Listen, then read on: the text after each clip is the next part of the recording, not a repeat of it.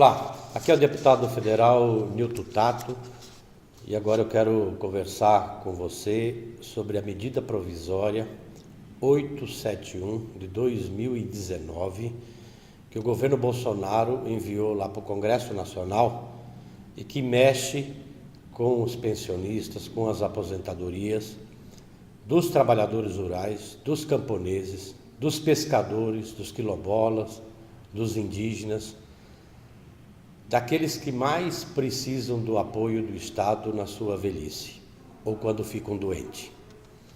É uma primeira medida para acabar com as aposentadorias. Mais para frente, depois, eu quero voltar a falar com vocês sobre a reforma da Previdência, que é outro assunto. Este agora é para tratar especificamente desses casos, dessas aposentadorias especiais. Essa medida provisória, ela impõe uma desconfiança sobre todos os segurados, como se fossem todos fraudulentos. Contraria a presunção de boa-fé, aquilo que está garantido na própria Constituição. Se o governo desconfia que tem alguém recebendo algum benefício, alguma aposentadoria irregular, é papel do governo ir atrás e apurar e fiscalizar. Não colocar todos os beneficiários, todos os aposentados, como se estivessem cometendo algum fraude e tendo a desconfiança sobre todos. E o governo só foca para estes aposentados. O governo, por exemplo, não vai atrás dos grandes empresários que sonegam e deixam de recolher o dinheiro que é para a aposentadoria. Deixa de recolher o dinheiro do INSS. Mas para poder entender quem são os beneficiários deste sistema específico, como eu já disse, são os pequenos agricultores, os trabalhadores rurais, pescadores, ribeirinhos, os quilombolas, os indígenas, aqueles que por doenças graves, seja no trabalho ou de outra forma, recebem esse benefício de espécie de aposentadoria. Então é esses que o governo está atacando. E que tipo de medida que ele está prevendo nesta medida provisória?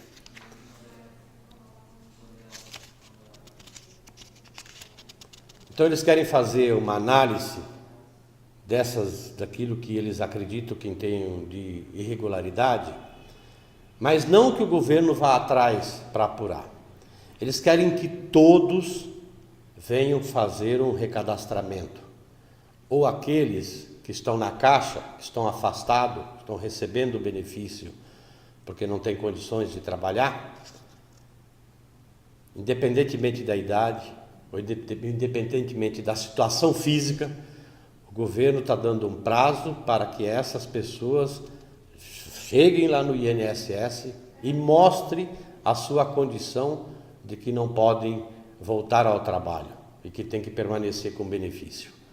Mesmo se a pessoa não tenha condições de sair de casa porque está doente ou porque está com algum outro problema. Portanto, acaba com a presunção de boa-fé das pessoas. E com isso, se as pessoas não forem nesse período que o governo está estipulando, o governo pode vir a cancelar de forma unilateral o benefício para essas pessoas, independentemente se essas pessoas têm ou não alguma outra forma de renda. A gente sabe que a grande maioria dos 2.500.000 pessoas que recebem este benefício, a grande maioria só depende desse dinheiro para poder comprar o remédio e para poder se alimentar.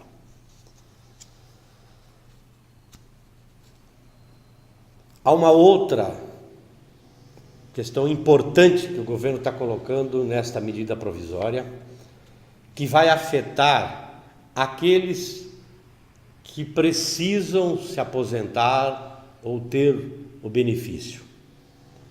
Hoje, quem atesta se aquela pessoa é pescadora é a colônia de férias. Se aquela pessoa é um trabalhador rural ou é um pequeno agricultor, é o sindicato rural.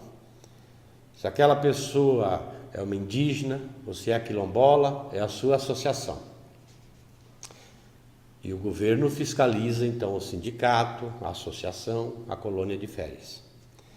Está tirando o papel dessas instituições, do sindicato, da colônia de férias, de poder atestar se aquela pessoa é uma pescadora, por exemplo. E jogando para um outro órgão do governo que não existe ainda, só existe na lei. E com isso, as pessoas que venham a ter o direito a este benefício, a aposentadoria, a ser um segurado do INSS, não vão conseguir acessar esse direito. Todos sabem que mesmo tendo o apoio dos sindicatos, da colônia de férias, das cooperativas, das associações, já é uma dificuldade muito grande para acessar esse direito.